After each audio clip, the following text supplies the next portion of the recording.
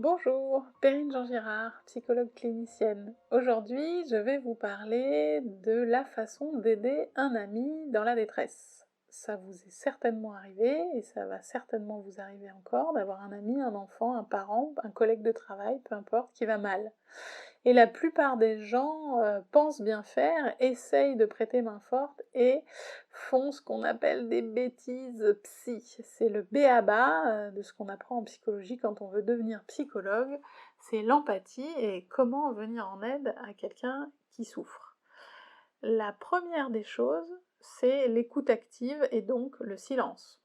Il y a une très nette différence quand je donne mes cours de psycho, j'aime bien faire cet exemple-là, entre la personne qui est très attentive, qui est très concernée, qui est tournée vers l'autre et qui écoute activement, de celui qui écoute, oui tout à fait, absolument, je t'écoute, tu disais quoi, oh là là, mais je veux surtout pas m'encombrer de tes émotions, ça me dérange, ça m'agite et je suis pas dans une écoute active. Donc la première des choses et le vrai premier bon conseil, c'est plutôt que de dire une bêtise, il vaut mieux s'abstenir et être dans le silence et être dans une écoute active. Éventuellement, vous pouvez tendre un mouchoir, poser une main sur l'épaule, le genou de la personne, montrer que vous êtes là, que vous compatissez même, quand c'est un ami, on peut tout à fait être dans la compassion ou dans la sympathie, encore plus que l'empathie, mais surtout de ne pas dire de bêtises. Alors quelles sont ces bêtises qu'il ne faut pas dire ? Ah, t'inquiète, ça va passer, ou ces petites phrases philosophiques du style Ah, un perdu, 10 de retrouver, ah, tu sais, la nuit porte conseil, et toutes ces choses que la personne n'a absolument pas envie d'entendre quand elle va mal. Ensuite, il y a ces petites phrases positives. Je te connais, demain t'iras mieux, t'y penseras plus, tu vas rebondir, t'es forte, t'es courageuse. Alors la personne, elle peut dire elle-même ces phrases-là, mais vous les entendre dire à ce moment-là, mip, c'est niette. Il y a toutes les personnes qui vont essayer de faire de l'humour un peu mal placé. Quand une personne déprime beaucoup, l'humour ne marche pas. Éventuellement, pour certains, la diversion, mais encore que, il faut voir comment fonctionne la personne qui est dans la détresse. Faire diversion peut être pris comme quelque chose du style « Oh là là, il en a rien à faire » et du coup il change de sujet. Je vais vous exposer donc 3 situations très différentes. La première, c'est un ami qui déprime, qui va très mal, voire qui voudrait se suicider. Et l'autre, c'est quelqu'un qui est très en colère, très énervé par une injustice ou autre chose.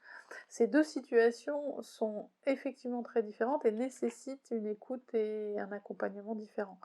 La première des choses, quelqu'un qui est très triste, elle a en général une tendance à tout voir en noir et plus vous allez essayer de lui montrer le côté positif qu'elle ne voit pas, plus ça va renforcer le côté négatif que je vous invite à écouter. Il est important de pouvoir valider ce que la personne ressent. Attention, il y a un piège. Il est important de ne pas valider ce qu'elle dit, mais bien valider ce qu'elle ressent. Des personnes qui parlent de suicide, on peut tout à fait valider que là, ça fait beaucoup pour une même personne et qu'on comprend qu'elle aurait envie que ça s'arrête. Quand on dit que ça s'arrête, c'est que toutes ces choses qui sont en train de l'accabler s'arrêtent.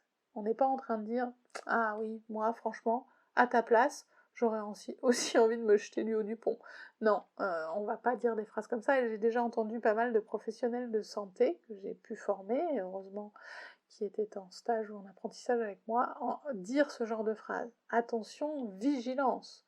Quelqu'un qui veut se suicider, on ne doit jamais lui dire « Ah bah oui, attends, ta vie est tellement catastrophique que moi je comprends que tu veuilles te suicider. » Non, on peut comprendre que la douleur ou la souffrance soit arrivée à un tel point que la personne ne voit pas d'autre issue que le suicide.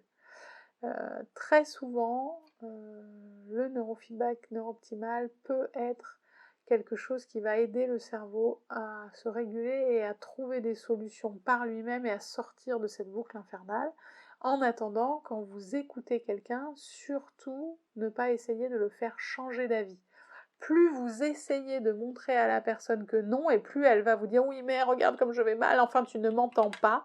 Donc la première des choses quand quelqu'un va mal, c'est de dire « Oui, je t'entends, oui, je vois que tu vas mal », et d'accuser réception. La première des choses qu'on apprend en psychologie, c'est l'accuser réception. quand vous envoyez une lettre, oui, j'ai bien reçu ta lettre. Et la plupart du temps, on fait cette toute petite erreur qui va trop vite en besogne, on a envie d'apporter une solution. Mais regarde, si tu veux, moi je vais t'aider, je vais t'emmener voir un nouveau médecin, ou je vais t'aider à ranger ta maison, ou je vais t'aider avec tes enfants. Et la personne, elle est noyée dans sa noirceur, elle est noyée dans ses idées négatives, et vous êtes en train de lui faire croire qu'il y a une baguette magique, et que juste avec un petit peu d'aide ici et là, elle va s'en sortir. Si c'était le cas, elle vous aurait certainement demandé de l'aide. Si elle en est à un stade de très grosse déprime, c'est pas de l'aide dont elle a besoin, c'est de votre écoute active et de vos questions.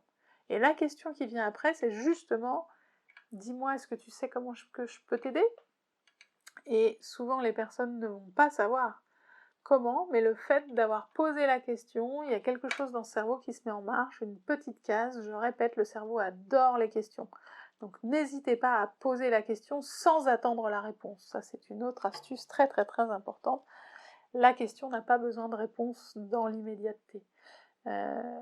L'autre chose, c'est de dire à la personne, je suis là, je suis disponible pour toi, si tu as besoin de m'appeler en pleine nuit, si tu as besoin que je sois juste là pour te faire un câlin, si tu as besoin d'être seule, mais de savoir que quelqu'un pense à toi, si peu importe, mais juste de faire sentir à la personne qu'elle n'est pas seule.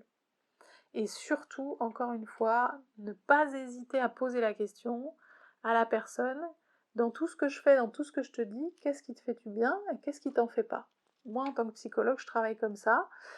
J'ai consulté des psychologues quand j'avais 18 ans, et après, et encore après, et puis pour des problèmes médicaux que j'ai eus par la suite, et j'ai très très peu vu de psychologues qui m'ont expliqué que chaque personne est différente, et que notre métier, en fait, c'est pas une notice de tiens, il faut se comporter comme ça, c'est en fonction de la personne, et que c'est la personne qui a son propre mode d'emploi. Nous, on peut pas le deviner, donc on a l'habitude de notre métier, on va essayer des choses, mais on va peut-être lire dans les expressions que ah tiens, là ça se serait peut-être mieux passé que ça, mais si la personne ne nous le dit pas, on peut pas le savoir. Et comme dans la plupart des consultations médicales, on n'est pas trop en train de vous demander d'exprimer vos émotions et de vous exprimer parce que c'est pas le lieu, il y a des personnes qui n'ont pas pris l'habitude de pouvoir dire ben moi c'est de ça dont j'ai besoin. Donc la grande question à poser à des amis, c'est de quoi tu as besoin? Et puis il y en a plein, ils vont dire bah en fait je sais même pas. Et c'est là qu'on va chercher de quoi ils auraient besoin. En fait, j'ai besoin d'être seule, mais j'ai quand même besoin que tu sois là, ou j'ai envie de m'énerver, j'ai besoin d'insulter, de crier, bah ok, on va en haut de la montagne, on va à la plage, et puis on va crier, allez viens. Moi j'avais mis un énorme punching ball dans le jardin, et mes patients, je leur disais, allez là on est chez le psy, on a le droit de tout dire, les insultes, tout ce que vous pouvez hurler, et on sort toute la colère qui est à l'intérieur. Ça c'est pour le deuxième type de personne. Pour certains, ça peut faire énormément de bien juste de sortir la colère. Pour sortir de la dépression, le premier conseil, c'est qu'il faut arriver à ce que la personne se reconnecte à sa colère. C'est la seule façon de sortir de la dépression. Donc petit à petit, se retrouver dans l'autre situation que j'exposais au début, c'est-à-dire le sentiment d'injustice, l'envie de se battre pour ou contre quelque chose, c'est ça qui fait que la personne, elle se reconnecte à son énergie, à sa force de vie, et cette espèce de chose qui fait qu'on va de l'avant au lieu d'être abattu et d'être dans la tristesse et dans le il n'y a pas de solution, voilà. Même si parfois c'est un passage indispensable. C'est très positif pour une personne d'avoir une petite étape de déprime. C'est moins agréable quand ça devient de la dépression parce que c'est plus profond et plus long. Mais quoique, certaines épreuves dans la vie nécessitent de passer par une phase de dépression pour pouvoir se relever.